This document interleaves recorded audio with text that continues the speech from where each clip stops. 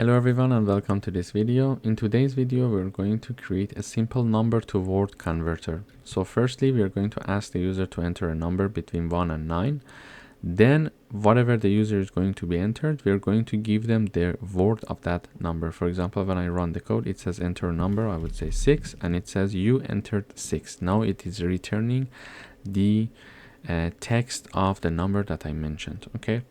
In order to do that, we are having the input function. We are getting the user input and then convert it to an integer, assign it to a variable called num.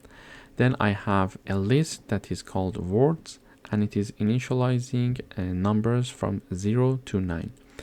So if the user is going to enter a number between 0 and 10, so in this range, we are going to print exact equivalent of that number from the words list. Otherwise we are going to say out of range.